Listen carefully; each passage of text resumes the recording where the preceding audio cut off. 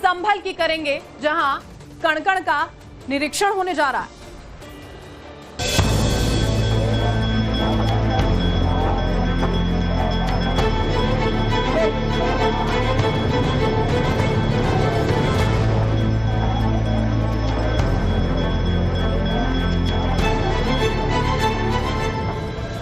तो देखिए, संभल में भस्म शंकर मंदिर मिला, राधा कृष्ण मंदिर मिला।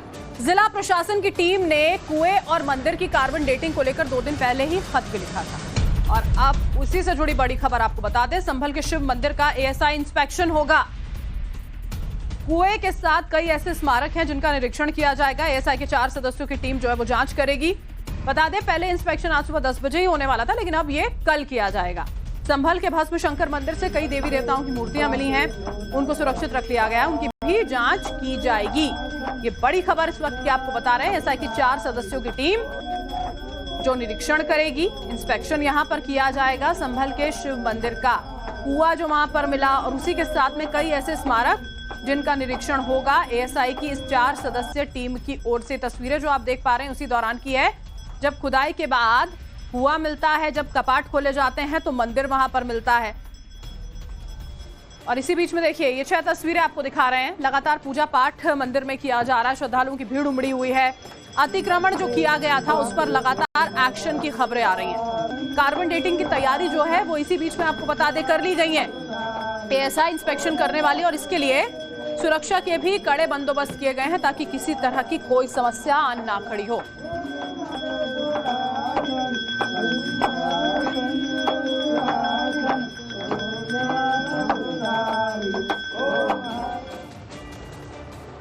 और संभल में एएसआई इंस्पेक्शन को लेकर क्या कुछ जानकारियां सामने आई हैं वो भी जरा आप समझ लीजिए। गुरुवार को एएसआई टीम संभल दौरे पर रहेगी।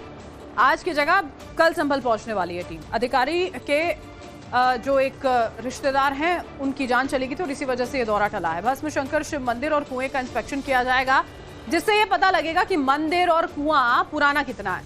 एएसआई के 4 सदस्यों की टीम इंस्पेक्शन करेगी। इस टीम में उत्खनन अधिकारी, अन्वेषण अधिकारी मौजूद रहेंगे। सहायक पुरातत्व अधिकारी, सर्वेक्षक भी साथ में रहने वाले हैं, जो लोग कल पहुंचेंगे। अभिषेक राज इस वक्त हमारे साथ जुड़े हुए हैं, सीधा उन्हीं का रुख कर लेते हैं। अभिषेक, कल अब एएसआई की ये टीम पहुंचने वाली है जो निरीक्षण करती हुई नजर आएगी। लगातार वहां पर जांच भी चल रही है, क्या कुछ सामने आया है, क्या कुछ हो रहा है? देखिए, बिल्कुल जब से ये महादेव का मंदिर निकला था 3 दिन पहले, उसके बाद से देखिए इस मंदिर की रौनक आपको देखने को मिलेगी।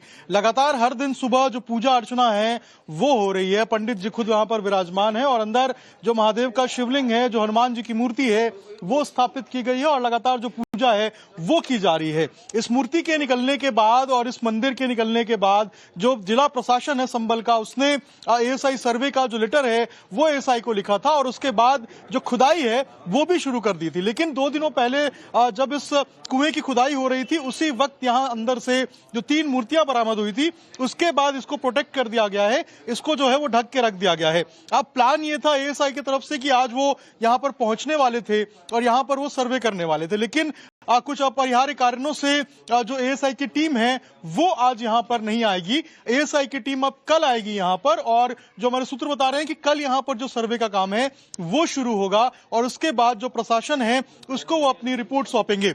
सुबह का वक्त है और देखिए यहाँ पर लगातार जो पंडित जी हैं वो बैठे हुए हैं और अंदर अगर आप देखेंगे तो जो पूजा अर्चना है वो की जा रही है। देखिए, आपको शिवलिंग जो है वो नजर आएगा, हनुमान जी की मूर्ति नजर आएगी और लगातार जो पूजा अर्चना है सुबह से ही की जा रही है।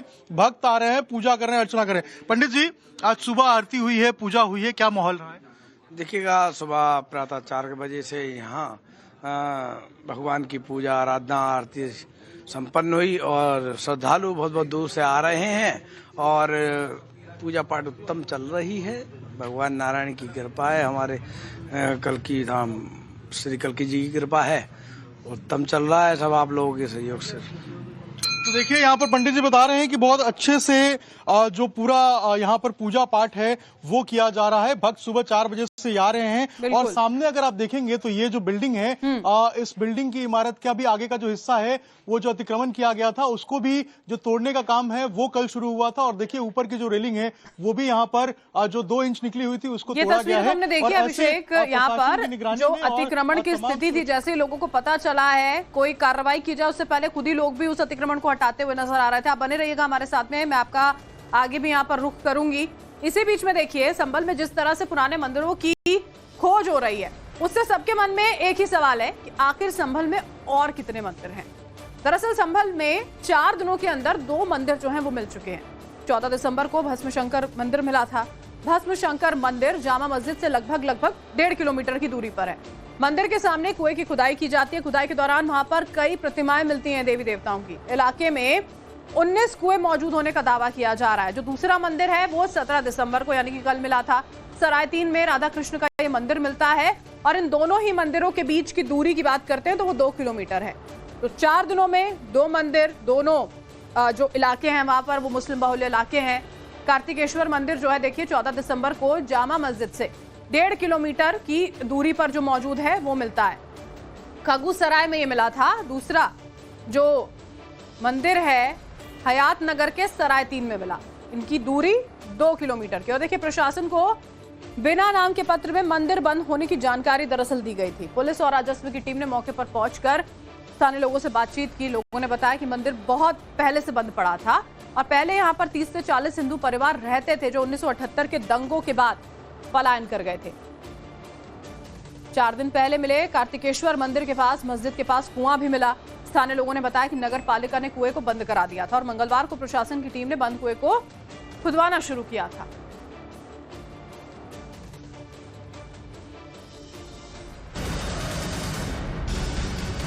और देखिए संभल को लेकर सीएम योगी ने बयान दिया है। संभल में नए मंदिर कुओं को लेकर यह बयान सामने आया है। भारत में राम कृष्ण बुद्ध की परंपरा है, यहां बाबर और औरंगजेब की परंपरा नहीं चलेगी।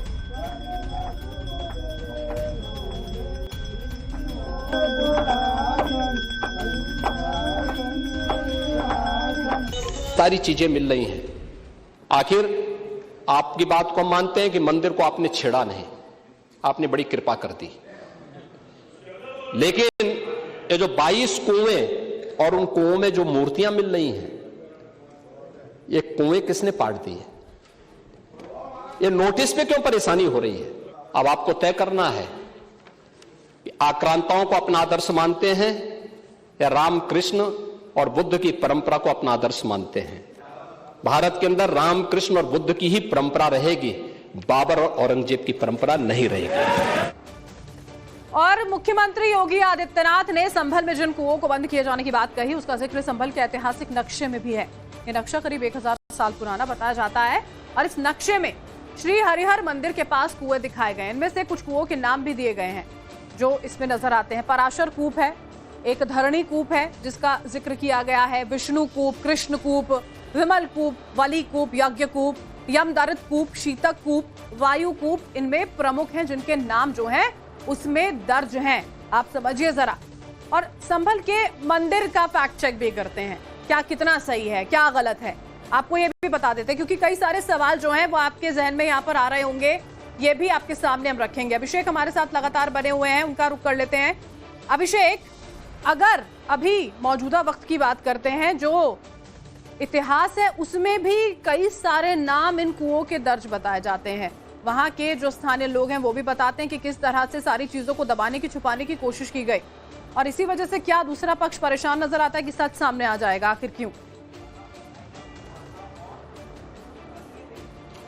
और देखिए बिल्कुल संभल बहुत पौराणिक शहर है। संभल की कहानी अगर आप सुनेंगे तो सबसे पहले इसका जो चर्चा है, इसकी जो बात है संभल की, वो स्कंद पुराण के अंदर आता है। स्कंद पुराण में एक चैप्टर है जिसका नाम है संभल महात्म। संभल महात्म के अंदर अगर आप नजर डालेंगे तो उसके अंदर कई बार जो 19 कूप हैं, 19 जो कुएं हैं और जो मंदिर हैं उनका वहां पे जिक्र आता है। प्रशासन से जब हमने बात किया, जब डीएम संभल से राजेंद्र जी से हमने बात किया था, उनका भी कहना था कि संभल महात्म में या फिर जो अलग किताबें हैं संभल के बारे में उसमें 19 कूपों का जिक्र आता है और यही कारण है कि प्रशासन ने सभी उन 19 कूपों को चिन्हित किया है और उसके ऊपर लगातार उसको जो खोदने की कवायद है, उसको ढूंढने की जो कवायद है वो शुरू कर दी गई है। जो कुएं होते हैं, जो कूप होते हैं, वो जल संचार का बहुत अच्छा साधन होते हैं। पानी को स्टोर करना और उसके बाद पानी को यूटिलाइज करना, इसके लिए प्रशासन लगातार कदम उठाता है। और ऐसे में जब यहाँ संभल के अंदर प्राकृतिक रूप से वो कूप मौजूद हैं, तो प्रशासन का ये कहना है कि हम उसे वापस से रीस्टोर करेंगे, उसे वापस से पुनर्जीवित करेंगे। और ऐसे तमाम जो कूप हैं जिनके ऊपर इस तरीके से अतिक्रमण किया गया है या फिर उनको ढका गया है, उसके ऊपर कार्रवाई की जाएगी और उसको भी खोद के उसके अस्तित्व में लाया जाएगा, उसके ओरिजिनल स्ट्रक्चर में लाया जाएगा। प्रशासन की तरफ से बिल्कुल साफ कर दिया गया है कि सभी जो कूप हैं उनको आइडेंटिफाई किया जा रहा है। और ऐसे में देखिए, ये भी जो एक कूप था, इसको भी जब हमारी टीम यहां पर पहुंची थी प्रशासन की टीम के साथ, जब बिजली चोरी का अभियान चल रहा था, उसी वक्त यहां पर जब कार्तिकेश्वर महादेव का ये मंदिर मिला जो कि 46 वर्षों से बंद था, उसके सामने एक रैंप बनाया गया था। देखिए किस तरीके से अतिक्रमण यहां पर किया गया था। ये जो सामने आप बिल्डिंग देख रहे हैं, यहां पर एक गेट हुआ करता था जिसे अब तुड़वा कर और यहां पर दीवार जो है वो लगवा दिया गया है। यहां पर एक गेट था और गेट के अंदर गाड़ी चढ़ाने के लिए इस कुएं के ऊपर एक रैंप बनाया गया था और बाकायदा वो सीमेंटेड रैंप था ताकि किसी को इस बात की जानकारी ना हो कि यहाँ पर यही कारण है कि जिस तरह चीजें छुपाने की कोशिश की गई, पक्ष अब ये एक यहाँ पर कोशिश कर रहा है और दावा कर रहा है कि और भी ऐसी चीजें हो सकती हैं दबी हुई, छिपी हुई, न जाने कितने सालों से, जिनका बाहर आना जरूरी है। इसी वजह से निरीक्षण की बार बार मांग भी यहाँ पर की जा रही है। बने रहिएगा हमारे साथ में अभिषेक, आपका रुख यहाँ पर हम करेंगे। और देखिए जैसे ही एक एक करके ये चीजें सामने आ रही हैं, मंदिर के फैक्ट चेक क्या है, कितना कुछ सही है, गलत है, ये भी आपको एक बारी ग्राफिक्स के जरिए हम समझाने की कोशिश करते हैं, जिनसे कि आपके मन में जो सवाल हैं उनके जवाब आपको मिल सकें। संभल का मंदिर 40 साल से बंद है, ये बिल्कुल सही बात है। 40 साल से बंद था मंदिर, पर गैर हिंदुओं का कब्जा यहाँ पर था। आपके मन में सवाल होगा, बिल्कुल ठीक ये है, क्योंकि कब्जा किया गया था, मंदिर तोड़कर घर बनाया गया, ऐसा बिल्कुल नहीं किया गया। दंगों के बाद मंदिर पर कब्जा कर लिया गया था क्या, जब दंगे हुए थे।